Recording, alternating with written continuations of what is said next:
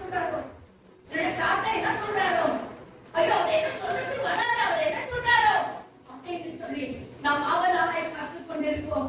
கவனமாய் கேட்போம். அதாவது என் தாத்தா சொல்லிட்டாரு, சாகரமே எங்க அப்பா சொல்லிட்டாரு, அதை நான் மீற மாட்டேனே. இன்னைக்கும் அதையே கடைபிடிக்கிற அநேக ஜனங்கள் உண்டு. ஹல்லேலூயா. கர்த்தருடைய பிள்ளைகளே, தவறு இருக்கிற இந்த சூழ்நிலையில வாயிலை திறந்து 7 வார்த்தைகளை சொல்லுகிறார். 7 பரிபூரணத்தை காட்டுகிறது. இந்த 7 வார்த்தைகளும் நம் ஒவ்வொருடைய வாழ்க்கையிலும் மிகவும் மிகவும் அர்த்தமுள்ள வார்த்தைகள். ஹல்லேலூயா. ஒரு கர்த்தருடைய பிள்ளை இந்த 7 வார்த்தைகளை கடைபிடிப்பார் என்றால் என் தேவனாகிய கர்த்தர் எனக்கு ஜீவனை கொடுக்கிற அந்த நேரத்துல, கடைசி நேரத்துல எல்லாரும் கூப்பினார்கள், எல்லாரும் பேசினார்கள், எல்லாரும் அதாவது தேவனாக இறங்கி வந்து சொன்னார்கள். கேவலமாய் அவரை நடத்துகிற இந்த சூழ்நிலையில ஸ்தோத்திரம், ஆவிக்குரிய பலிகள் இருந்தாலும் சரீரத்திலே பலிகள் இருக்கிற இந்த நேரத்துல நான் கேட்ட 7 வார்த்தைகளை சொல்லுகிறார். ஏன் தெரியுமா? நாம் பரிபூர்ணப்பட வேண்டும், ஒவ்வொருவரும் ஆசீர்வதிக்கப்பட வேண்டும், நாம் ஒவ்வொருவரும் பலப்பட வேண்டும், நாம் ஒவ்வொருவரும் நமக்காக ஆயத்தப்பட்டிருக்கிற பரலோக ராஜ்யத்தில் போய் அடைய வேண்டும் என்று சொல்லிதான் கர்த்தர் பேச ஆரம்பிக்கிறார். ஹல்லேலூயா. வாசிக்க முதலாவதாக லூக்கா எழுதின சுவிசேஷம் 23ஆம் அதிகாரம் 34ஆம் வசனம்.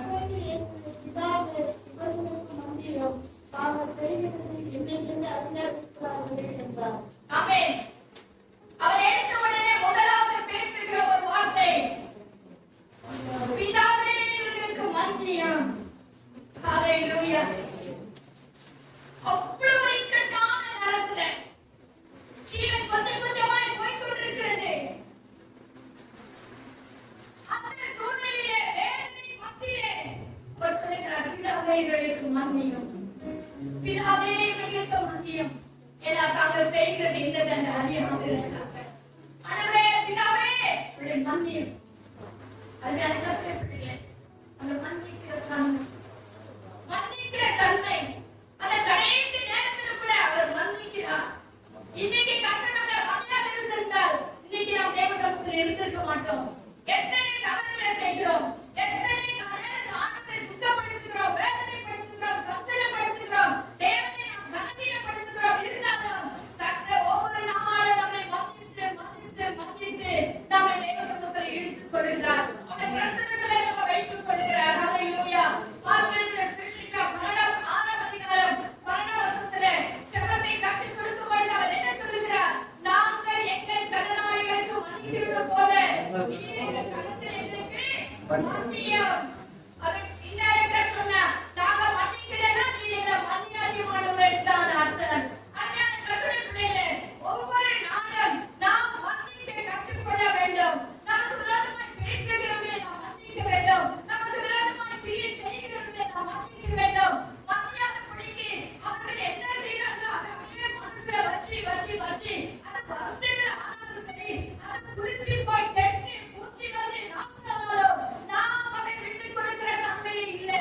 எப்பொழுதுமே நமக்கு என்ன வைராக்கியம், எப்பவுமே நமக்கு ஒரு கோபம். நான் இவர்கிட்ட பேச மாட்டேன், இவங்க அப்படி பண்ணிட்டாங்க, அதனால நான் இவங்க வீட்டுக்கு நான் போக மாட்டேன், இவ்வளவு ஐக்கியம் கொள்ள மாட்டேன். எங்க பாஸ்டர் எத்தனை நேரத்தில் இப்படிப்பட்ட வைராக்கியத்தோடு இருக்கிறோம், மன்னிக்காமல் இருக்கிறோம். ஏசாயா 59ஆம் அதிகாரம் 1ஆம் வசனத்துல வாசிக்கிறோம், உங்கள் அக்கிரமங்களை உங்களுக்கு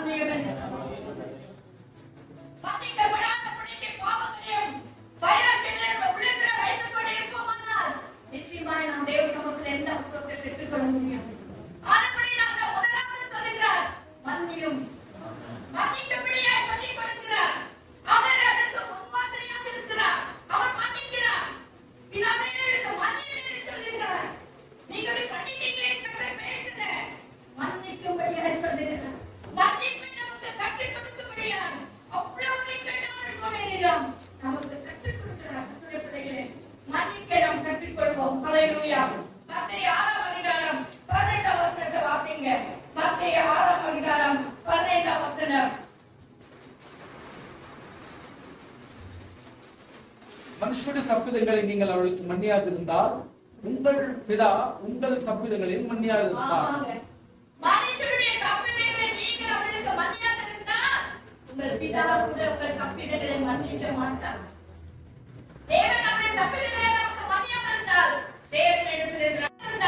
தேவனிடத்தில் நாம் எந்த ஆசீர்வாதங்களை பெற்றுக்கொள்ள முடியும்? தேவனிடத்தில் எந்த நன்மைகளை நாம் பெற்றுக்கொள்ள முடியாது. கற்றுக்கொள்ள ஆனபடி நாம் மன்னிக்க கற்றுக்கொள்ள வேண்டும். அதே மாதிரி 18ஆம் அதிகாரம் 32ஆம் வசனத்தை வாசிங்க. எல்லாரும் வேதத்தை எடுத்துக்கொள்ளுங்க, வாசிங்க. எல்லாரும் வாசிங்க. 18ஆம் அதிகாரம் 35ஆம் வசனம். This is how my heavenly Father will treat each one of you unless you forgive your brother from your heart. ஆமாங்க.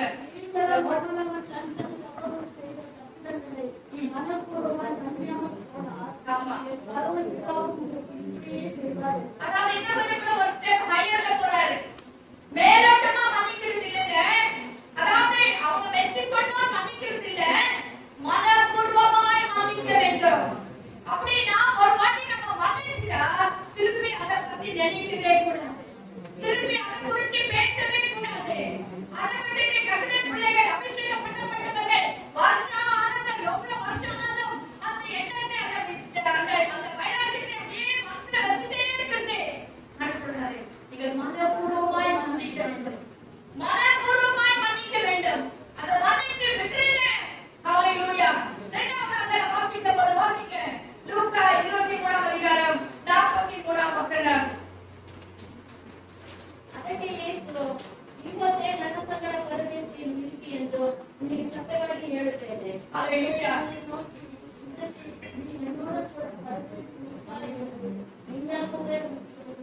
ஆமென். ஹல்லேலூயா. நமக்கு எல்லாருக்கும் தெரியும், நான் ரொம்ப விளக்க வேண்டிய அவசியம் இல்லை. கல்லன் ஒரு பக்கத்துல இருக்கிற ரெண்டு கல்லன்களை இயேசு ரைட் சைடுல ஒருத்தர் லெஃப்ட் சைடுல போடும்போது ஒருத்தர் சொல்றான், ஆண்டவரே இந்த நாட்டிலே நீ வரும்போதே அடியேனை நினைத்துக் கொள்ளும் என்று சொல்லி கேட்கிறார். ஹல்லேலூயா. அப்பொழுது கர்த்தர் சொல்லுகிறார், நான் வரும்பொழுது ஹல்லேலூயா நீ என்னுடனே கூட பரதேசில் இருப்பாய் என்று சொல்லி கர்த்தர் சொல்லுகிறார். இங்க நம்ம என்ன பார்க்கிறோம்னு சொன்னா, ஒரு கல்லன் மோசமானவன், அவனுக்கு ஏற்ற தண்டனை தான் அவன் பெற்றிருக்கிறான். ஹல்லேலூயா. அப்போ அவன் சொல்றான், ஆண்டவரே நான் தப்பு அவனுக்குள்ள அவன் அதாவது மனஸ்தாபப்படுகிறான். நான் தப்பு பண்ணிட்டேன், நான் தவறு செஞ்சுட்டேன், நான் தேவனுக்கு விரோதமான குற்றங்களை செய்துட்டேன், சமுதாயத்திலே கூட நான் ஒரு குற்றவாளியா நின்று கொண்டிருக்கிறேன். ஆனபடி அவரை என்னிடத்தில் சிலுவையில் காட்டி ஆரம்பத்திலே நான் சொன்னது போல ஒரு மிகவும் கொடூரமான ஒரு குற்றவாளிக்கு தான் இந்த சிலுவை காட்டனே. அவங்களை ஆடி அடிக்கல, கயிறுகளால கட்டப்பட்டிருக்கிறார்கள். அவன் கேட்கிறான், ஆண்டவரே இந்த ராட்சசனை நீர் வரும்போது அடியேனை நினைத்துக் கொள்ளும். ஒரு யார் ஒரு மனுஷன் அல்லது யார் ஒரு கட்டளை பிள்ளை தன்னுடைய குறைவை தன்னுடைய குற்றங்களை உணர்கிறார்களோ, நான் ஒரு பாவி என்று சொல்லி உணர்கிறார்களோ, ஐயோ நான் இப்படி தங்களுக்கு விரோதமாய் செய்துவிட்டேனே என்று சொல்லி மனஸ்தாபப்படுகிறார்களோ, அவர்களுக்கு ஒரு வெளிப்பாடு வரும். அவர்களுக்கு ஒரு வெளிப்பாடு. இவன் சொல்றான், அடியேனை நினைத்துக் கொள். எப்பொழுது இந்த ராட்சசத்திலே நீர் வரும்பொழுது. ஹல்லேலூயா. எப்பொழுது கர்த்தருடைய ராஜ்யம் இரண்டாம் வருகை, அதுதான் கர்த்தருடைய ராஜ்யம். அந்த ராஜ்யத்திலே நீர் வரும்போது ஆண்டவரே என்னை கைவிட்டுறாதீங்க, என்னை விட்டு விடாதீங்க, அடியேனை நினைத்துக் கொள்ளும் ஆண்டவரே. நீர் இந்த வரும்போது என்னையும் நீர் கேட்டுக் கொள்ளும் ஆண்டவரே. ஹல்லேலூயா. ராகாவின் வேஷ்டி அந்த வேகம் பார்த்து செல்லுதான் அவனோடு சொன்னாங்க, நீங்க இந்த ராஜ்யத்தை பிடிக்கும் பொழுது என் அடியேனை நினைத்துக் கொள்ளுங்க, என் குடும்பத்தை நினைத்துக் கொள்ளுங்க. ஹல்லேலூயா. கர்த்தருடைய பிள்ளைகளே, இவளுக்குள்ளான ஒரு நல்ல ஒரு வெளிப்பாடு பாத்தீங்களா? ஆண்டவர் என்ன சொல்லுகிறார்? நீ என்னுடைய கூட எங்க இருப்பாய்? பரதேசில் இருப்பாய். மூன்றாவதாக யோவான் 19ஆம் அதிகாரம் 26 27 வசனம்.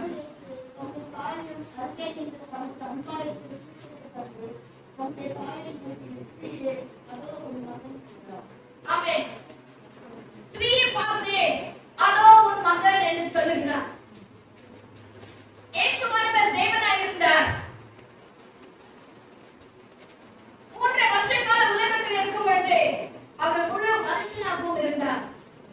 ஹalleluya. இந்த இடத்துல நாம் பார்க்கும் பொழுது இயேசுவானவர் ரெஸ்பான்சிபிள் பர்சனாக காணப்படுகிறார். எப்படியே நான் மரிச்சிட்டேன், எப்படியே நான் சாக போறேன், நான் என் பிதாவிடத்துல நான் போய் சேர போறேன். இவங்க எப்படி போனா எனக்கு நான் விடாதபடிக்கு தன் குடும்பத்தை குறித்ததான ஒரு அக்கறை, தன் தாயை குறித்ததான ஒரு அக்கறை, அதாவது மரியாதைக்கு இன்னும் அநேக பிள்ளைகள் இருக்கிறாங்க, எல்லாருக்கும் தெரியும், சகோதரிகள் இருக்காங்க. பட் இருந்தாலும் இயேசுக்கு இருந்ததான ஒரு ரெஸ்பான்சிபிளா பாத்தீங்களா, இயேசுக்கு குடும்பத்தின் மேல் இருந்ததான ஒரு பொறுப்பை குறித்து பாத்தீங்களா, அவர் அந்த கடைசி நேரத்துல கூட அவர் குடும்பத்தை குறித்ததான அக்கறை உள்ளவராக தன் தாயை கூப்பிட்டு, அதாவது சீஷனிடத்துல ஒப்பு கொடுக்கிறதை பார்க்க முடியும். சீஷனிடத்துல சொல்லுகிறார், அதோ உன் தாய் என்று சொல்லி, இது ஒரு குடும்பத்தை கட்டுகிறதான ஒரு காரியமாக பார்க்க முடியும். இந்த 7 வார்த்தையிலும் ஆவிக்குரிய காரியங்கள் மட்டுமல்ல, குடும்பத்தை கட்டுகிற ஒரு காரியங்களை கூட அந்த கடைசி நேரத்தில் கூட கட்ட சொல்லுகிறதை நாம் பார்க்க முடியும். இன்னைக்கு நம்முடைய வாழ்க்கையில ஒவ்வொரு கர்த்தருடைய பிள்ளைகளுக்கும் குடும்பத்தின் மேல் உள்ளதான பொறுப்பு மிகவும் மிகவும் அவசியமானது. நாம் ஒவ்வொருவரும் நம்முடைய பெற்றோர்களை குறித்துதான் ஒரு கவலை, பெற்றோர்களை குறித்துதான் ஒரு பாரம், நம்முடைய சகோதரிகளை குறித்துதான் ஒரு ரெஸ்பான்சிபிலிட்டி நமக்கு எல்லாருக்குமே வேணும். கர்த்தருடைய பிள்ளைகளே, அதை அவர் கடைசி நேரத்தில் சொல்லிக் கொடுக்கிறார். ஏன்னா அந்த அம்மா கைவிடப்படக்கூடாது, அந்த அம்மா எந்த விதமான உதவி நம்ம போயிடக்கூடாது என்று அந்த சீஷனிடத்துல அந்த அம்மாவை கட்ட ஒப்பு கொடுக்கிறதை நாம் பார்க்க முடியும். ஹalleluya. நான்காவதாக மத்தேயு 27ஆம் அதிகாரம் 46ஆம் வசனம்.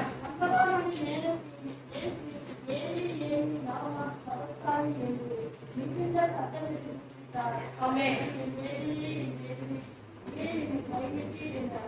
ஹalleluya. கர்த்தருடைய பிள்ளைகளே, நம்ம எல்லாரும் வருஷம் இந்த செய்திகளை கேட்டுக் கொண்டிருக்கிறோம். ரொம்ப நீளாக படிக்கலாம், சுருக்கமாக சொல்லிக் கொண்டிருக்கிறேன். அதாவது 6 மணி 3 மணி நேரத்திலிருந்து 9 மணி நேரம் வரைக்கும் அவர் எந்த வார்த்தையும் சொல்லவே இல்லை.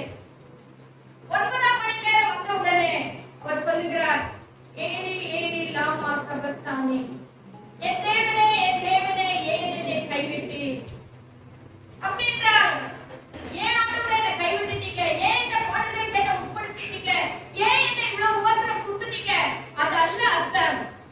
அவர் கேட்கிறதான ஒரு காரியம், அந்த ஏன் என்னை கைவிட்டீர் என்கிறதான வார்த்தையின் அர்த்தம் என்ன தெரியுமா?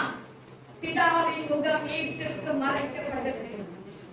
பிதா இவ்வளவு நாளாய் செல்ல பிள்ளையாய், அதாவது பிதாவின் ஒரே குமாரனாக இயேசுவின் மடியில இருந்து நமக்காக கொடுக்கப்பட்ட அவர் இந்த 3 வருஷ காலமாக இரவெல்லாம் பிதாவோட பேசி, நாளைக்கு நான் எங்க போனோம், நாளைக்கு நான் என்ன அற்புதம் செய்யணும்னு சொல்லி அவர் ஒவ்வொரு நாளும் கேட்டு பிதாவோடு நல்ல ஒரு தொடர்பிலே இருந்தார். ஹalleluya. ஆனா இங்க வரும் பொழுது, இந்த இடத்துல வரும்போது, என் தேவனே ஏன் என்னை கைவிட்டீர்? ஏன் ஆண்டவரே உம்முடைய முகத்தை எனக்கு மறைத்து விட்டீர்? ஏன் ஆண்டவரே என்னை விட்டு தூரமாய் போய்விட்டீர்? ஏன் தெரியுமா? உம்முடைய பாவமும் என்னுடைய பாவமும் இயேசுவின் மேல் சுமத்தப்படும் பொழுது, இயேசுவின் மேல் ஏற்றப்படும் பொழுது பிதாவின் முகம் கூட அவருக்கு மறைக்கப்பட்டது. இப்பொழுது அவர் குற்றவாளியாக மாறிவிட்டார். அவர் பாவம் செய்யவில்லை, அவர் நீதிமானாக இருந்தார். ஆனால் நம்முடைய பாவம், நம்முடையதான் இனி வரப்போகிறதான மனுக்குலத்தின் பாவத்துக்காக அவர் எல்லா மனுக்குலத்தின் பாவத்தை அவர் ஏற்றுக்கொண்டபடினால், அவர் மேல் சுமத்தப்பட்டபடினாலே பிதாவின் முகம் கூட அவருக்கு மறைக்கப்பட்டது. இயேசுவே கலங்குற ஒரு சூழ்நிலையில பார்க்கிறோம். இயேசுவே தவிக்கிற ஒரு சூழ்நிலை. அருமையான கர்த்தருடைய பிள்ளையே, எந்த சூழ்நிலை எப்படி இருந்தாலும் பிதாவின் முகம் நமக்கு மறைக்கப்படாமல் நாம் காத்துக் கொள்ள வேண்டும். தேவ பிரசன்னத்தை விட்டு நாம் தூரம் போகக்கூடாது. தேவ மகிமை விட்டு நாம் தூரம் போகக்கூடாது. இவர் கதறுகிறார், ஏன் என்னை கைவிட்டீர்? வாசி எப்ப சொல்வார்? உன் கணவன் நான் தான் பேசலன்னா கூட பரவாயில்ல, உன் மனைவி நான் தான் பேசலன்னா கூட பரவாயில்ல, உன் பிள்ளைகள் பேசலன்னா கூட பரவாயில்ல, என் ஆண்டவரோட பேசுறத மட்டும் விட்டு விடாதீங்க. என் ஆண்டவருடைய சமூகத்துல இருக்கிறத மட்டும் விட்டு விடாதீங்க. ஏன் அவருடைய முகம் உனக்கு மறைக்கப்படுமே ஆனால் நீ எந்த விதத்தில் ஆசீர்வதிக்கப்படவே முடியாது. நீ செய்கிறதெல்லாம் வாய்க்கணும்னு சொன்னா, நீ போகிற இடமெல்லாம் ஆசீர்வாதமா இருக்கணும்னு சொன்னா, என் பேசுகிற பிதாவின் முகம் உனக்காக அவர் பிரகாசிப்பிக்கப்பட்டுக் கொண்டே இருக்க வேண்டும். அடுத்த விட்டு தூரமாய் போக வேண்டாம்.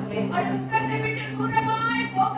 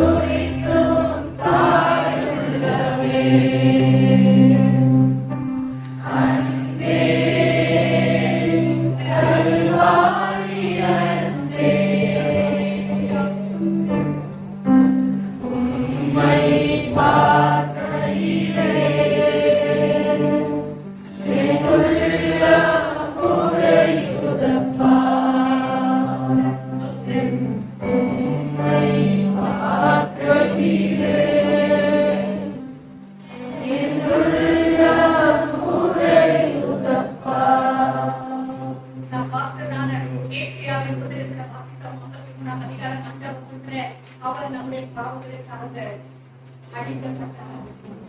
ஹல்லேலூயா. உடைய பாடல்கள் எல்லாம் நாம் வாசித்தோம். கர்த்தருடைய பிள்ளைகளே, பிதாவின் முகம் அவருக்கு மறைக்கப்பட்டது. நம்முடைய பாவம் பிதாவின் முகத்தை மறைக்க பண்ணினது. நம்முடைய சொல்றதை விட என்னுடைய பாவம், எல்லாரும் சொல்லுங்க, என்னுடைய பாவம் பிதாவின் முகத்தை மறைத்தது. ஹல்லேலூயா, ஹல்லேலூயா. ஸ்தோத்திரம். 1 கொரிந்தியர் 2ஆம் அதிகாரம் 21ஆம் வசனத்தை வாசிங்க. 1 கொரிந்தியர் 2 கொரிந்தியர் 2ஆம் அதிகாரம் 21ஆம் வசனம். பாவம் அறியாத அவரே, பாவம் அறியாத அவரை நமக்காக என்ன ஆக்கினார்? பாவமாக்கினார். ஆமென். பாவம் அறியாத அவரை நமக்காக பாவமாக்கினார். அவர் பாவம் அறியவே இல்லை. பாவம் அவருக்கு என்ன தெரியாத ஒரு சூழ்நிலையில் இருந்தார். ஆனால் நம்முடைய பாவமோ அவரை பாவியாக மாற்றினது. 1 தீமோத்தேயு 2ஆம் அதிகாரம் 6ஆம் வசனத்தில் வாசிக்கிறோம். எல்லாரையும் மீட்கும் பொருளாக தம்மை ஒப்புக் கொடுத்தார். சிலுவையிலே ஒப்புக் கொடுத்தார். 53 அதிகாரத்தில் அதான் வாசிக்கிறோம். நமக்காக எல்லாரும் மீட்கும் பொருளாக அவர் ஏழை பணக்கார படிப்பாளி அந்தஸ்துள்ள அந்தஸ்தில்லாத யாரையும் பார்க்காம எல்லாரும் மீட்கும்படியாய் அவர் தம்மை ஒப்புக் கொடுத்தார். சங்கீதம் 21ஆம் அதிகாரம் 22ஆம் அதிகாரம் 1ஆம் வசனத்தில் வாசிக்கிறோம். அவர் பாடு வார்த்தைகளினால போன வாரம் கூட நாம் வாசித்தோம் அந்த அதிகாரத்தை. இந்த அதிகாரம் முழுவதும் இயேசுவுடைய பாடு வார்த்தைகளை குறித்து தாவீது தீர்க்கதரிசனமாக எழுதுகிற ஒரு அதிகாரம் தான் அது. ஹல்லேலூயா. அநேக தீர்க்கதரிசனங்கள் அதை எத்தனையோ வருஷங்களுக்கு முன்பதாக தாவீதின் மூலமாய் கர்த்தர் பேசின அந்த தீர்க்கதரிசனங்கள் இந்த பாடு வார்த்தையிலே நிறைவேற்றப்படுகிறது. 22ஆம் அதிகாரம் 1ஆம் வசனம். அங்கே பார்த்தீங்களா? இங்கே சிலுவையில் சொல்லுகிறார், ஏலி ஏலி லாமா சபக்தானி, என் தேவனே ஏன் என்னை கைவிட்டீர் என்று சிலுவையில் சொல்லுகிறார். தாவீது தீர்க்கதரிசனமாய் எத்தனையோ வருஷங்களுக்கு முன்பதாக அவர் எழுதுகிறார். ஹல்லேலூயா. இதுவாக 1 பேதுரு 1ஆம் அதிகாரம் 19ஆம் வசனத்தை வாசிங்க. 1 பேதுரு 1ஆம் அதிகாரம் 19ஆம் வசனம். 1 பேதுரு 1ஆம் அதிகாரம் 19ஆம் வசனம். Unto the precious blood of Jesus Christ, a lamb without blemish or defect. ஆமென். ஹல்லேலூயா. வாசிங்க. குற்றமில்லாத மாசற்ற ஆட்டுக்குட்டியாகிய கிறிஸ்துவின் வெளியேறப்பட்ட இரத்தத்தினாலே மீட்கப்பட்டீர்கள் என்று அறிந்திருக்கிறீர்களே. ஆமென். எப்படி நாம் மீட்கப்பட்டோம்? வெளியேறப்பெற்ற குற்றமில்லாத இயேசுவின் ஆட்டுக்குட்டியின் இரத்தத்தினாலே நாம் என்ன செய்யப்பட்டோம்? மீட்கப்பட்டிருக்கிறோம். ஆனால் அவர் சொல்லுகிற காரியம் என்ன? என் தேவனே ஏன் என்னை கைவிட்டீர்? ஏன் உடைய முகத்தை எனக்கு மறைத்து விட்டீர் ஆண்டவரே என்று சொல்லி கதறுகிறார். கர்த்தருடைய பிள்ளைகளே, அவருடைய வெளியேறப்பட்ட இரத்தத்தினாலே நாம் மீட்கப்பட்டிருக்கிறோம். 5வது யோவான் 19ஆம் அதிகாரம் 28ஆம் வசனம்.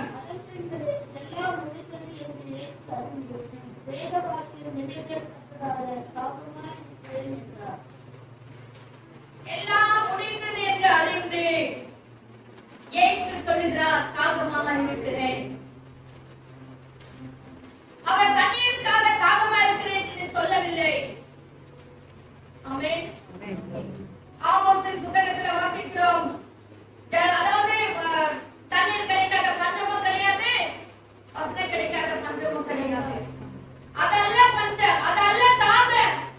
இன்னைக்கு இயேசு எல்லாம் முடிந்தது என்று அவர் அறிந்திருக்கிறார். இருந்தாலும் அவருக்கு ஒரு தாகம், இருந்தாலும் அவருக்கு ஒரு தாகம். அந்த தாகம் வந்த உடனே அவங்க நினைச்சிட்டாங்க, கடற்காக அதை எடுத்து கொடுக்குறாங்க. அதுவும் ஒரு தீர்க்கதரிசனம் தான். தாவீதின் மூலமா சொல்லப்படுகிற ஒரு தீர்க்கதரிசனம். சங்கீத புத்தகத்திலே 57வது தீர்க்கதரிசனம் நிறைவேறப்படுகிறது. ஆதியாகமம் 2ஆம் அதிகாரம் 3ஆம் வசனத்திலே, ஆதியாகமம் 2ஆம் அதிகாரம் 3ஆம் வசனத்திலே பார்க்கிறோம், எல்லாம் முடிந்தது என்று சொல்லி தன் கிரியைகள் எல்லாம் முடிந்த பின்பு அவர் ஓய்ந்திருந்தார். தன் கிரியைகள் எல்லாம் முடிந்தது என்று அறிந்து அவர் ஓய்ந்திருந்தார். ஆனா இங்கேயும் எல்லாம் முடிந்தது என்று அவருக்கு தெரியும். அவர் உலகத்திலே செய்ய வேண்டிய எல்லா காரியங்களையும் முடித்து அவர் ஓய்ந்திருந்தார் ஆதியாகமத்திலே. ஆனா இங்கே நம்ம என்ன வாசிக்கிறோம், எல்லாம் முடிந்தது என்று அவர் அறிந்து அவர் சொல்லுகிறார், தாகமாக இருக்கிறேன். என்ன தாகம்? கர்த்தரே, அவர் தாகமாக இருக்கிறேன். ஆகவே நம்மால் தீர்க்க முடியுமா? என்ன தாகம்? வாசிக்க ஏசாயா 6ஆம் அதிகாரத்தில் வாசிக்கிறோம். ஒரு ஆவிக்குரிய தாகத்தை குறித்து சொல்லப்படுகிறது. அழிந்து போகிற ஆத்துமாக்களை குறித்ததான ஒரு தாகம். நீங்க உலகத்துல நீங்க பாத்தீங்கன்னா பக்தி பக்தி என்று சொல்லி அநேக கோடிக்கணக்கான ஜனங்கள் அழிந்து கொண்டிருக்கிறார்கள். பிசாசின் பிடியில சிக்கிக் கொண்டிருக்கிறார்கள். கேட்டா பக்தி பக்தி என்று சொல்கிறார்கள். இது பிசாசானவன் ஜனங்களை கொள்ளை பொருளாய் கொள்ளை கொள்ளையாய் தன் ராஜ்யத்தில் சேர்த்துக் கொண்டிருக்கிறான். ஆத்துமாக்களை அழித்து கொண்டிருக்கிற இந்த நாட்களிலே ஆண்டவருக்கு ஒரு தாகம் இருக்கிறது. என் ஜனங்களை யார் மீட்பார்? என் ஜனங்களுக்காக சத்தியத்தை சொல்லுகிறவர் யார்? ஏசாயாவிலே கர்த்தர் கேட்கிறார், 6ஆம் அதிகாரத்திலே, யார் நம்முடைய காரியமாய் போவார்? யாரை நான் அனுப்புவேன் என்று சொல்லுகிறார். அதுதான் கர்த்தருக்கு இருந்த ஒரு தாகம். இன்றைக்கு நான் மரித்து 3ஆம் நாள் உயிர்த்தெழுந்து பிதாவிடத்திலே போய் சேர்த்து விடுவேன். ஆனால் என் ஜனத்திற்காக சத்தியத்தை சொல்லுகிறவர் யார்?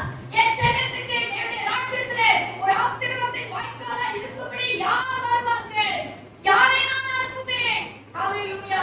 அருமையான கர்த்தருடைய பிள்ளைகளே, இன்னைக்கு கர்த்தர் நம்மை ரட்சித்திருக்கிறார், நம்மை மீட்டுக் கொண்டிருக்கிறார், நமக்கு அபிஷேகத்தை கொடுத்திருக்கிறார், தரிசனங்களை கொடுத்திருக்கிறார், வெளிப்பாடுகளை கொடுத்திருக்கிறார். எல்லாம் வாங்கி சுயநலமா சாப்பிட்டு சாப்பிட்டு அப்படியே உட்கார்ந்திருக்கிறோம். ஆண்டவர் கேட்கிற காரியம், யாரை நான் அனுப்புவேன்? நீ போக முடியுமா? நீ உன்னால செய்ய வேண்டிய வேலையை உன்னால செய்ய முடியுமா? கர்த்தருக்காக நீ ஏதாவது ஒரு நல்ல காரியத்தை செய்ய முடியுமா? கர்த்தருடைய பிள்ளையே, நீங்க எல்லாருமே நாம் எல்லாருமே நன்றி கெட்ட பிள்ளைகளாக வாழ்ந்து கொண்டிருக்கிறோம். கர்த்தர் சொல்கிறார், தாகமாய் இருக்கு. அந்த தாகத்தை நம்மால தீர்க்க முடியுமா? இது நம்மை பிடித்ததான ஒரு கடமை. நம்மை பிடித்ததான ஒரு கடமை. உங்களுடைய நண்பர்கள் இன்னும் பாவத்தில் அழிந்து கொண்டிருக்கிறார்கள். ஒரு பக்கத்து வீட்டார் இன்னும் கர்த்தரை அறியாமல் இருக்கிறாங்களே, ஏன் அவங்களுக்கு ஒரு சத்தியத்தை சொல்லக்கூடாதா? ஏன் கர்த்தர் உனக்கு செய்த நன்மை அவ்வளவு கூட மகிழ்ந்து விடக்கூடாதா? அந்த தாகத்தை நான் தீர்க்க முடியுமா? அந்த தாகத்தை நான் தீர்க்க முடியுமா? கர்த்தருடைய அதற்காக நாம் என்னத்தை செய்திருக்கிறோம்? இன்னும் கூட நாம் எதையும் செய்யாமலே உட்கார்ந்து கொண்டிருக்கிறோமே. சமாரிய ஸ்திரீ பார்த்து கேட்கிறார், தாகத்துக்கு கொஞ்சம் தர முடியுமா? அவள் நினைத்தால் தண்ணீர் தான் கேட்கிறாருன்னு பல காரியங்களை பேசுறாங்க. அது அல்ல கர்த்தர் சொன்னது. ஒரு தாகம் என்ன தெரியுமா? அவளுக்கு 5 புருஷர்கள் இருந்தாலும் இப்போ புருஷனே இல்லை. அதுதான் ஆண்டவருக்கு ஒரு தாகம். ஐயோ இந்த ஸ்திரீ இப்படி இருக்கிறாங்களே, ஐயோ இந்த ஸ்திரீ இப்படி பாவத்தில் அழிந்து கொண்டிருக்கிறாங்களே, ஐயோ இந்த ஸ்திரீ என்னை விட்டு தூரமா இருக்கிறாங்களே, இப்படி அக்கிரமத்தில் வாழ்ந்து கொண்டிருக்கிறார்களே, இந்த ஒரு தாகம் அவருக்கு இருக்கிறதுனால்தான் அங்க போய் அந்த ஸ்திரீயை சந்திக்கிறாங்க. இன்னைக்கு எத்தனை ஜனங்கள் வியாதியிலும் அக்கிரமத்திலும் அநியாயத்தில் சிக்கி தவித்துக் கொண்டிருக்கிறாங்க. அந்த தாகத்தை நம்மால தீர்க்க முடியுமா? ஆண்டவரே, நம்மால சொல்ல முடியும், ஆண்டவரே இதோ இருக்கிறேன், ஆண்டவரே யாருக்கும் ஆண்டவரே சொல்ல முடியுமா? கர்த்தரே, நாம் கர்த்தருக்காக என்னத்தை செய்து கொண்டிருக்கிறோம்? ஹalleluya.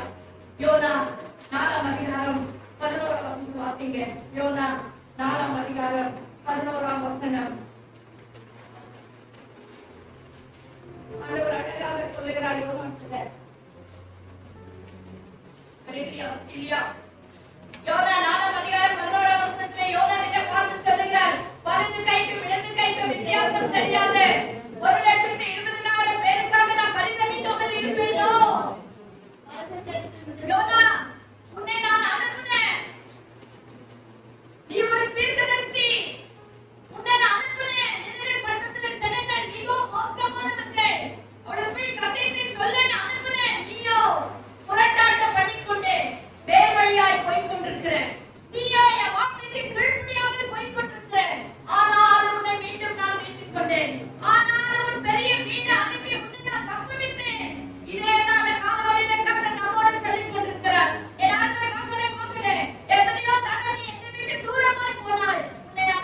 கொண்டேன், உன்னை நான் அணைத்துக் கொண்டேன், உன்னை நான் மன்னித்து விட்டேன், உன்னை என் பக்கமாய் சேர்த்துக் கொண்டிருக்கிறேன், மீண்டும் உன்னை புதுப்பித்துக் கொண்டிருக்கிறேன். ஒரு வாரெல்லாம் கற்றுவிட்டு தூரமாய் போய் ஞாயிற்றுக்கிழமை வரும்போது மீண்டும் உன்னை உயிர்ப்பிக்கிறேன்.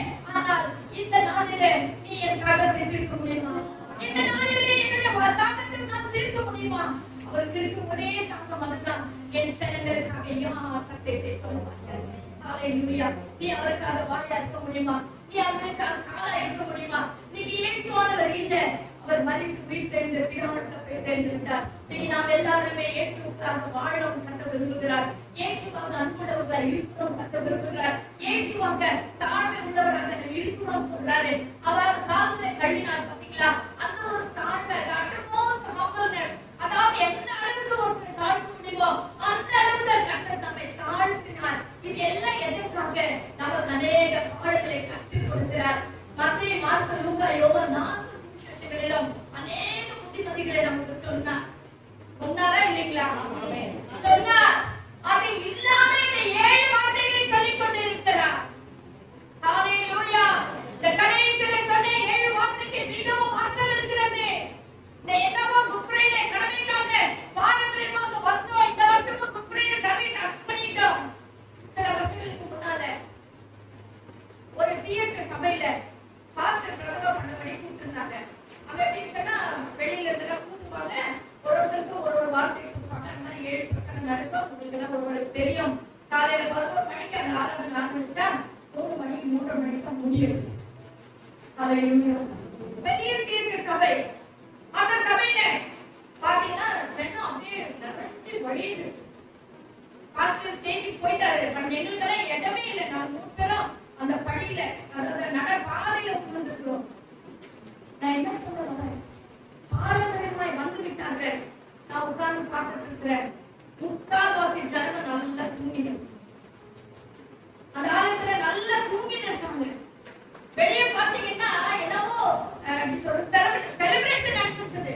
பிள்ளைங்கெல்லாம் நல்லா ஆடி இருக்காங்க. அதுல வேற நிறைய பெற்றோர் எல்லாம் கூட இருக்கு. ஒரே சத்தம், ஒரே குமாரம், சத்தம் போட்டு ஆடி இருக்காங்க. என்னையா இது? கொண்டாடுறதுக்கு வந்திருக்கோம். இந்த குட் ஃப்ரைடே சர்வீஸ் அப்படின்னு அவங்க என்ன நினைச்சாங்க? பாரம்பரியமாக நிறைய கிறிஸ்தவர்கள் என்ன செய்வாங்க? கிறிஸ்துமஸ்க்கு சர்ச்சுக்கு போயிடுவாங்க, குட் ஃப்ரைடே சர்ச்சுக்கு போயிடுவாங்க, ஈஸ்டர் போயிடுவாங்க, நியூ இயர் போயிடுவாங்க. இதுதான் பாரம்பரியமான கிறிஸ்தவர்கள், பேர் கிறிஸ்தவர்கள். இன்னைக்கு நம்ம அப்படி கிடையாது. இன்னைக்கு ஒவ்வொரு நாளும் நாம் வாழ்கிற பிள்ளைகள், ஒவ்வொரு நாளும் நாம் கிறிஸ்தவர்களாக வாழணும் கர்த்தர் விரும்புகிறார். நீங்க ஆலயத்துக்கு வருமோ இல்லையோ, நம்ம வீட்டுல இருந்தாலும் சரி, நீ ஒரு கிறிஸ்தவன், நீ ஒரு கர்த்தருடைய பிள்ளை என்பதை நாம் மறந்து போகக்கூடாது. எந்த வேலை செய்து எந்த ஊர்ல இரு, நீ வெளியில இருந்தா கூட பரவாயில்ல, நமக்குள்ள ஒரு எண்ணம் இருக்க வேண்டும். நான் ஒரு கர்த்தருடைய பிள்ளை, நான் ஒரு ரட்சிக்கப்பட்டவன், எனக்குள்ளே கர்த்தருடைய அபிஷேகம் இருக்கிறது, எனக்குள்ளே பரிசுத்த ஆவியானவர் இருக்கிறார், நான் அவரை துக்கப்படுத்த கூடாது என்ற ஒரு எண்ணம் நமக்குள்ளே காணப்பட வேண்டும். நீங்க பிரியமான கர்த்தருடைய பிள்ளையே, அவர் சொல்லுகிறார், காலமாய் இருக்கிறேன். காலத்தை நம்மால் தீர்க்க முடியுமா? எத்தனை ஆத்துமாக்களை நம்ம சபைக்கு கொண்டு வந்திருக்கிறோம்? அதுக்கு எத்தனை ஆத்துமாக்களை நாம் தேவ சமூகத்துல கொண்டு வந்திருக்கிறோம்? நம்ம கொஞ்சம் யோசித்து பார்க்கலாம். இன்னைக்கு ஆண்டவர் தாகமா இருக்கிறார். தாகத்தை தீர்க்க நாம் உட்படுவோம். அடுத்ததாக 6வதாக கர்த்தர் சொல்லுகிறார்.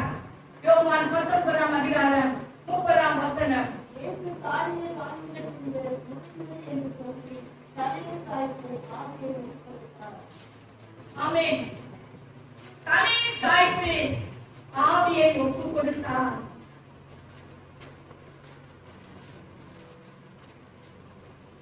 அவர் தம்முடைய ஆவியை ஒப்பு கொடுக்கிறார். அப்படின்னு சொன்னால் தன்னை பிதாவினிடத்தில் ஒப்பு கொடுத்து விட்டார். ஆவியை ஒப்பு கொடுத்து விட்டார். லூக்கா 2ஆம் அதிகாரம் 49ஆம் வசனத்துல வாசிக்கிறோம். அவர்கள் எருசலேமிலிருந்து புறப்படுகிற வேளையிலே 12 வயதுள்ள இயேசு மனது காணாமல் போய்விடுகிறார். அப்ப ஏன் இப்படி செய்தீர்கள் கேட்கும்போது அவர் சொல்லுகிறார், ஏன் என்னை தேடினீர்கள்? நான் என் பிதாவுக்கு அடுத்தவைகளை செய்யணும் சொல்லிட்டு உங்களுக்கு தெரியாதா? ஹalleluya. இப்போ இந்த இடத்துல ஆண்டவர் என்ன சொல்கிறார்? இந்த கடைசியில கூட அவர் சொல்கிறார், எல்லாம் முடிந்தது. It is finished. எல்லாம் முடிந்தது. தலையை சாய்த்து விட்டார். அந்த ஆவி பரலோக தேவனிடத்தில் போய் சேர்ந்து விட்டது. பக்தர்கள் சொல்லுகிறார்கள், அந்த ஆவி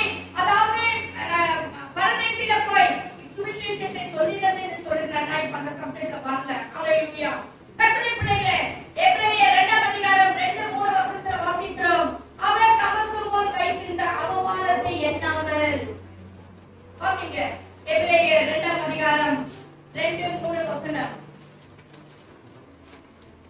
ஏனெனில் தேவதூதர் மூலமாய் சொல்லப்பட்ட வசனத்திற்கு விரோதமான எந்த செய்கையும் கீழ்ப்படியாமைக்கும் நீதிமான் தன் தண்டனை வரத்தக்கதாக அவருடைய வசனம் உறுதிப்பட்டிருக்கிறது. 2ஆம் அதிகாரம் 14-15. ஆதலால் பிள்ளைகள் மாம்சத்தையும் இரத்தத்தையும் உடையவர்களாயிருப்போம். அவர்களைப் போல மாம்சத்தையும் இரத்தத்தையும் உடையவர்களாக மரணத்துக்கு அதிகாரியாக விசுவாசமானவர்கள் தமது மரணத்தினாலே அழிக்கப்பட்டோம். ஆமென். ஜீவகாலமுள்ள ஜீவகாலமெல்லாம் மரண பயத்தினாலே அடிமைத்தனத்திற்குள்ளான யாவரும் விடுதலை பண்ணும்படியாக்கினார். நம்ம எல்லாரும் விடுதலையாக்க வேண்டும். நம்ம எல்லாருக்கும் ஒரு மரண பயம். இதுக்கு கூட மரணம்னா நமக்கு எல்லாருக்கும் பயம். ஆமாதானே? அப்படிப்பட்டதான மரண பயத்திலிருந்து நம்மை விடுதலையாக்கும்படியா இயேசுவானவர் சிலுவையிலே நமக்காக ஜீவனை கொடுத்தார். ஹalleluya. அடுத்த வசனத்துல என்ன வாசிக்கிறோம்? ஆதலால் அவர் தேவதூதருக்கு உதவியாக கை கொடாமல் ஆபிரகாமின் சந்ததிக்கு உதவியாக கை கொடுத்தார். ஆபிரகாமின் சந்ததியா இருக்கிற நமக்கு எல்லாருக்கும் கர்த்தர் கை கொடுத்து நம்மை தூக்கி நம்மை உயர்த்த அவர் வல்லவராய் இருக்கிறார். ஹalleluya. ஸ்தோத்திரம். யோவான் 19ஆம் அதிகாரம் 36-37 வசனத்தை வாசிக்கிறீங்களா? யோவான் 19ஆம் அதிகாரம் 36-37. இது ஒரு தீர்க்கதரிசன வசனம். யோவான் 19ஆம் அதிகாரம் 36-37. அவருடைய எலும்புகளில் ஒன்றும் பிடிக்கப்படுவதில்லை என்கிற வேத வாக்கியம் நிறைவேறும்படி இவைகள் நடந்தது. ஆமென். அல்லாமல் இப்போ சிலுவையிலே விடப்பட்டதான இயேசுவானவர் அவங்க என்ன செய்ய மாட்டாங்க? எலும்புகளை முறிக்க மாட்டாங்க. எலும்புகளை முறிக்கிறதுனா அதாவது தீர்க்கதரிசனமாக முன்னமே சொல்லப்பட்டதான ஒரு வார்த்தை நிறைவேறினது. அதாவது அந்த சிலுவையில் இருந்து அப்படியே இருந்து அவங்க சாக வேண்டும். அதே வலியில, அதே வேதனையில, அதே இவர் ரத்தம் எல்லாம் போனாலும் சரி அந்த வலியிலேயே இருந்து இருந்து இருந்து அவர்கள் அப்படியே சாக வேண்டும். அதுதான் அவர்களுக்கு கொடுக்கிறதான ஒரு பனிஷ்மெண்ட். அந்த பனிஷ்மெண்ட் கூட முறிக்கப்படாமல் இருக்கும்படியாய் அந்த ஒரு தீர்க்கதரிசனம் அந்த இடத்துல நிறைவேறினது. கடைசியாக லூக்கா 23ஆம் அதிகாரம் 46ஆம் வசனம். லூக்கா 23:47. இயேசு பிதாவே, உம்முடைய பரிசுத்த நாமத்தில் மகா சத்தமாய் ஆமென். ஹalleluya. கடைசியாக அவர் சொல்லுகிற ஒரு காரியம், பிதாவே இந்த கைகளில் என்னுடைய ஆவியை ஒப்புவிக்கிறேன். அவர் பக்கமா confident. பிதாவானவர் எந்த நோக்கத்தை நான் அனுப்பினாரோ அதை நான் நிறைவேற்றினேன். அதை நான் முடிச்சிட்டேன். எந்த விஷயத்தாக கர்த்தர் பிதாவானவரை நான் அனுப்பினாரோ அதை நான் முடிச்சிட்டேன். நம்மால சொல்ல முடியும். எந்த நோக்கத்துக்காக கர்த்தரை ரட்சித்தாரோ இதை ஆண்டவரே நான் முடிச்சிட்டேன். இதை நான் செய்திருக்கிறேன். அநேகருக்கு ஒரு ஆசீர்வாதம் இருக்கணும் சொன்னா இதை நீங்க ரட்சிப்பீங்க. அநேகருக்கு சாட்சியா இருக்கணும் தான் இதை தெரிந்து கொண்டீங்க. அதாவது என் குடும்பத்துல எவ்வளவு பேர் ரட்சிக்கப்படுது, ஆனா என்ன நீங்க தெரிஞ்சுக்கிறீங்க? ஒரு நோக்கத்துக்காக தெரிஞ்சுக்கிறீங்க. இதோ சுவாமி அதை நிறைவேற்றிருக்கேன் நம்மளால சொல்ல முடியுமா?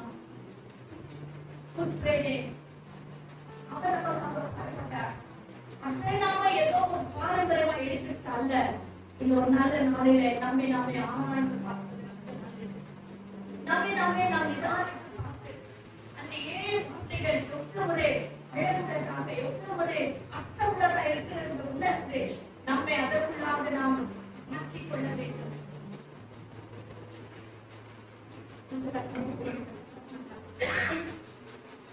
ஒரு ராணி இருந்தாங்க. ராணிக்கு ஒரு குழந்தை பிறந்தது. அந்த குழந்தை வளர்க்கிற வழியில கணவர் இறந்து விட்டார். அப்ப ராஜா இறந்துட்டார். ராஜா இறந்த உடனே அந்த இடத்துல மிகவும் அந்த ராஜ்யத்துல சமாதானம் இல்லை. எங்க பக்கம் குழப்படி சண்டை விரோதம் எல்லாம் வந்துட்டே இருந்தது. இந்த ராணி பார்த்தாங்க. வேலைக்காரி 2 வேலைக்காரி இருந்தாங்க. அந்த வேலைக்காரி கிட்ட சொன்னாங்க, அம்மா அங்க பாரு, நானும் சாகர தற்பையில் இருக்கேன். என் குழந்தை நான் உங்ககிட்ட ஒப்படைக்கிறேன். எப்படியாவது என் குழந்தையை காப்பாற்றணும். இந்த துஷ்ட ஜனங்கள் கிட்ட இருந்து என்னுடைய குழந்தையை காப்பாற்றணும் அப்படின்னு சொல்லி அந்த வேலைக்காரி கிட்ட அந்த குழந்தை ஒப்படைச்சிட்டு இந்த அம்மா இறந்துட்டாங்க. ராணி இறந்துட்டாங்க. இப்போ இதே வயசுல இந்த வேலைக்காரிக்கும் ஒரு குழந்தை இருக்கு. இப்போ இந்த வேலைக்காரி அந்த அந்த கட்டில உயர்ந்த விலை உயர்ந்த கட்டில விலை உயர்ந்த வஸ்திரங்களை போட்டு அந்த ராஜகுமாரனை இங்க படுக்க வச்சிருக்காங்க.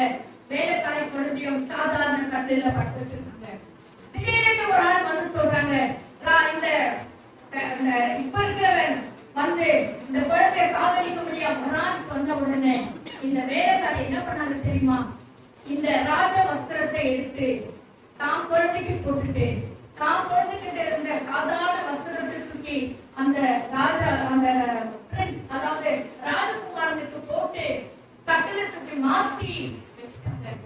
இப்போ கொலை செய்கிறவன் வந்தா அந்த ராஜா அந்த அதாவது ராஜ வஸ்திரம் போட்டு கொடுக்கிற அந்த குழந்தைகளை பார்த்து அந்த குழந்தை எடுத்து அவன் வெட்டி போட்டு போயிருக்கான். இப்ப யாருடைய குழந்தை செத்துது? வேலைக்காரியுடைய குழந்தை. நான் ஏன் சொல்ல தெரியுமா?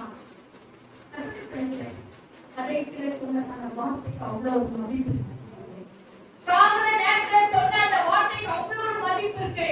இந்த வேலைக்காரி என் பிள்ளை செத்தா கூட பரவாயில்ல, என் எஜமானியம்மா சொன்ன அந்த வார்த்தை அவ்வளவு ஒரு விளையாட்டு பெற்றதை நினைத்து அந்த இடத்துல கிரிய பண்றாங்க. இன்னைக்கு இயேசுவானவர் சிலுவையில சொன்ன வார்த்தைகளுக்கு நாம் எந்த அளவுக்கு மதிப்பு கொடுக்கிறோம்? ஏதோ வந்தோம் 7 வார்த்தை கேட்டோம் போனோம் அப்படின்னு இல்லாதபடிக்கு நாம் ஒவ்வொருவருமே இந்த வார்த்தைகளை ரொம்ப சீரியஸ் ஆயிட்டு உங்க வீட்டுல கூட இன்னைக்கு நாளைக்கெல்லாம் கூட நீங்க தியானிங்க, இந்த வசனங்களை தியானிங்க. நம்ம ஒவ்வொருவரோட கூட தனிப்பட்ட விதத்துல இடைப்படுவார். வார்த்தைக்கு ஒரு வசனத்தை கூட லூக்கா 23ஆம் அதிகாரம் 4ஆம் வசனம். லூக்கா 23:4. அப்பொழுது பிலாத்து பிரதான ஆசாரியர்களையும் ஜனங்களை நோக்கி, இந்த மனுஷனுக்கு நான் ஒரு குற்றத்தை காணவில்லை என்றார். சரி, 23ஆம் அதிகாரம் 14-15 வசனம். அவர்களை நோக்கி, ஜனங்களை கலகலத்துக்கு கூப்பிடுகிறவனாக இருந்த மனுஷன் என்னிடத்தில் கொண்டு வந்தீர்கள். நான் உங்களுக்கு முன்பாக விசாரித்த போகிறேன். நீங்கள் சாட்சி கேட்கிற ஒன்றை நான் இவரிடத்தில் காணவில்லை. இவரிடத்தில் காணவில்லை. இவர் நீதிமான் என்று சொல்லி பிலாத்து சொல்லிவிடுகிறார். அது 23ஆம் அதிகாரம் 22ஆம் வசனம். அவன் 3ஆம் தரம் அவர்களை நோக்கி, ஏன் இவன் என்ன பொல்லாமல் செய்தான்? மரணத்துக்கு ஏதுவான குற்றம் ஒன்றுக்கு இடத்தில் நான் காணவில்லையே. ஆகையால் கண்டிப்பை உத்தரவாக என்றார். ஆமென். இவ்வளவு சொல்லியும் ஜனங்கள் அவனை விடவே இல்லை. அதை 41ஆம் வசனத்தை வாசிங்க. 23ஆம் அதிகாரம். இயேசு அவனை நோக்கி, இன்றைக்கு நீ என்னுடைய கூட கல்வியை சேர்ப்பாய் என்று மரியாதை உனக்கு சொல்லுவேன். ஆமென். ஹல்லேலூயா. வசனங்களை எல்லாம் நம்ம ஆல்ரெடி நம்ம படிச்சோம். கடைசியாக நம்ம சொல்ற காரியம் இந்த 7 வார்த்தைகளை முடிச்சிட்டோம் போயிட்டோம் இல்லாத ஒவ்வொரு வாய்மொழியும் இந்த நாட்டில நீங்கள் ஆசீர்வாதம் இருக்கட்டும்.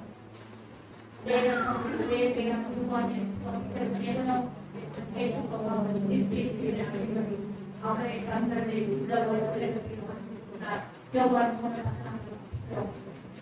அவரை தந்ததை அன்பு ஏதோ ஒரு பொருளுக்கு அன்பு காட்டுறீங்க. நம்மளாம் அப்படிதான் நினைக்கிறோம். கொடுத்துட்டா அவங்க மேல ரொம்ப அன்பு நினைச்சுக்கிறோம். பணத்தை கொடுத்துட்டா அவங்க மேல அன்பு காட்டுற மாதிரி நம்ம நினைக்கிறோம். ஆனா இயேசுவின் அன்பு அப்படி இல்லை. இயேசுவின் அன்பு உங்க ஜீவனையே கொடுத்த சும்மா சும்மா அப்படி ஏதோ வந்தாங்க ஏதோ கொலைப்பட்டு போயிட்டாங்க அப்படி இல்லை. அவ்வளோ சித்திரவதை, அவ்வளோ நொறுக்கப்பட்டார், அவ்வளோ அவமதிக்கப்பட்டார், அவர் அவ்வளோ பாடுகளுக்கு உட்படுத்தினாங்க. ஏன் தெரியுமா? நமக்காக, எனக்காக என்னை மீட்க முடியாது, எனக்கு ஒரு ராஜ்யத்தை உண்டு பண்ண முடியாது, எனக்காக என்னை கொண்டு பிதாவுடைய சேர்க்க முடியாது. ஜீவனையே கொடுத்தார். எல்லாரும் எழுந்திருக்கலாம், எல்லாரும் எழுந்திருக்கலாம்.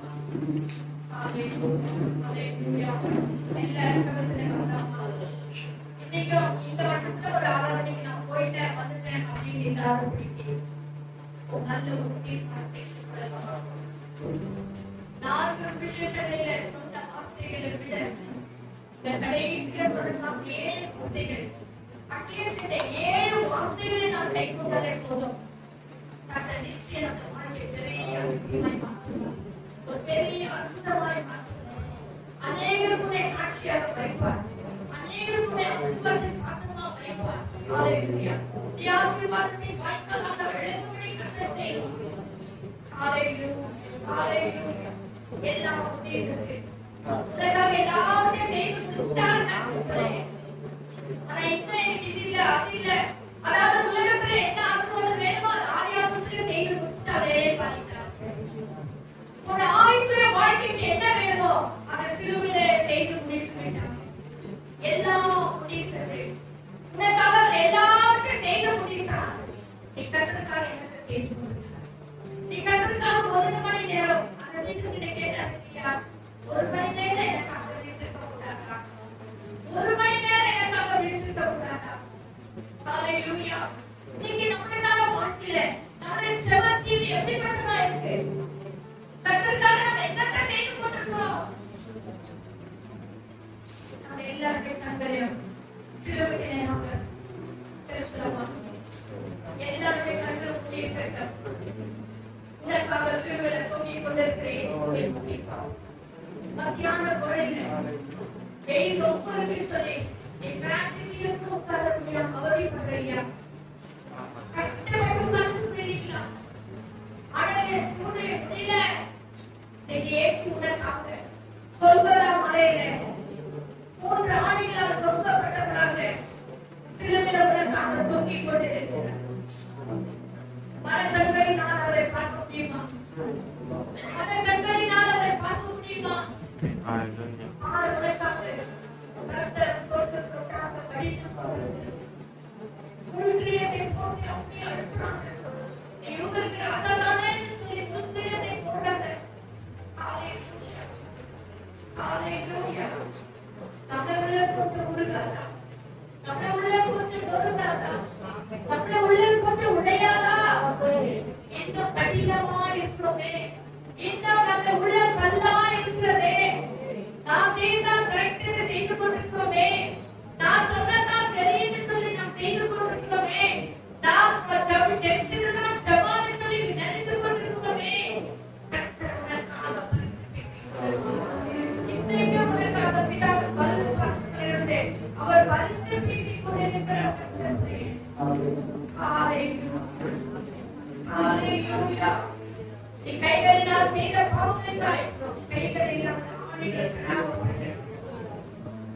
கொஞ்சம் துக்கம் வந்த உடனே, கொஞ்சம் வேதனை வந்த உடனே, கொஞ்சம் பிரச்சனை வந்த உடனே தேவனையே மறந்து விடுகிறோமே. தேவனையே மறந்தளித்து விடுகிறோமே. பேதுருவே, தேவனை மறந்து விட்டாயே. ஆண்டவர் சொல்லி நீ மறந்து விட்டாயே. மறந்தளித்து விட்டாயே. யூதாசே, அவனோட கூட அவ்வளவு நெருக்கமா இருந்து கட்டத்தின் நடுவிலெல்லாம் பார்த்து அதிர்ச்சிகளெல்லாம் பார்த்து கூட அவரை நீ காட்டி கொடுக்கிறாயே. அவரை நீ காட்டி கொடுக்கிறாயே. சமயத்துக்கு ஏற்றாற் போல, ஜனத்துக்கு ஏற்றாற் போல, சூழ்நிலைக்கு ஏற்றாற் போல நீ தேவனை விட்டு விடுகிறாயே.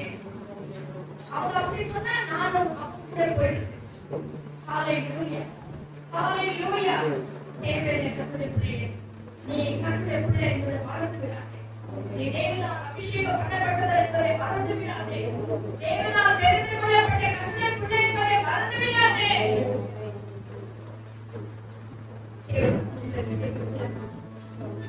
அர்ப்பணித்து விடுகிறோமா? ஆண்டவரே, இதோ நான் அடியில் இருக்கிறேன் ஆண்டவரே. என்னை அனுப்பும் நான் நாமத்துக்கு இருக்கிறப்பா. என்னால் முடிஞ்ச அளவுக்கு நான் செய்யறேன் ஆண்டவரே. நம்மால செய்ய முடியலனாலும் உலகால் நின்று செபிப்பேன் ஆண்டவரே. நான் செபிக்கிறேன். என்னை நான் விட்டு கொடுக்கிறேன் ஆண்டவரே. இனி நான் உம்மை துக்கப்படுத்த மாட்டேன் ஆண்டவரே.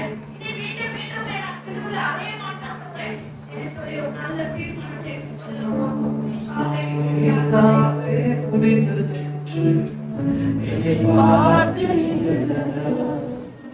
இனி என்றும் எழுப்புவதில்லை என்